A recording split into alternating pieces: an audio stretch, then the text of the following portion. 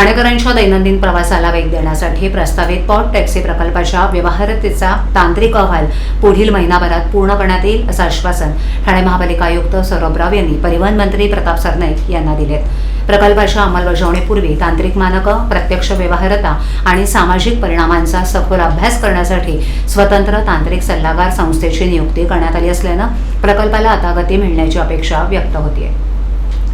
ठाणे महापालिकेच्या स्थायी समिती सभागृहात परिवहन मंत्री प्रताप सरनाईक यांच्या अध्यक्षतेखाली माजिवडा ओवळा मतदारसंघातील विविध विकास कामांचा आढावा घेण्यासाठी बैठक झाली। ठाणे शहरात वाहनांची संख्या झपाट्यानं वाढतेय। घोडबंदर रोड, माजिवडा, कापूरबावडी, वागळी स्ट्रीट आणि पूर्व पश्चिम जोडणाऱ्या मार्गांवर दररोज मोठी वाहतूक कोंडी होते। मेट्रो, रेल्वे आणि बस सेवेला पूरक वाहतूक व्यवस्था म्हणून पॉट टॅक्सीचा विचार करण्यात येतोय।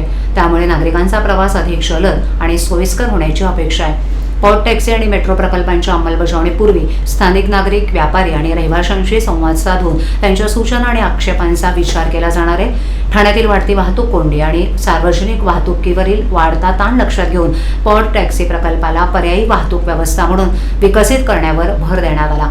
प्रस्तावित अंतर्गत मेट्रोच्या अलाइनमेंटवरून नागरिकांकडून आक्षेप नोंदवण्यात येत असल्यानं पॉट टॅक्सी प्रकल्पातही भविष्यात कोणतेही तांत्रिक किंवा स्थानिक अडथळे निर्माण होऊ नयेत यासाठी सर्व बाबींची सखोल तपासणी करण्याच्या सूचना देण्यात आल्या आहेत।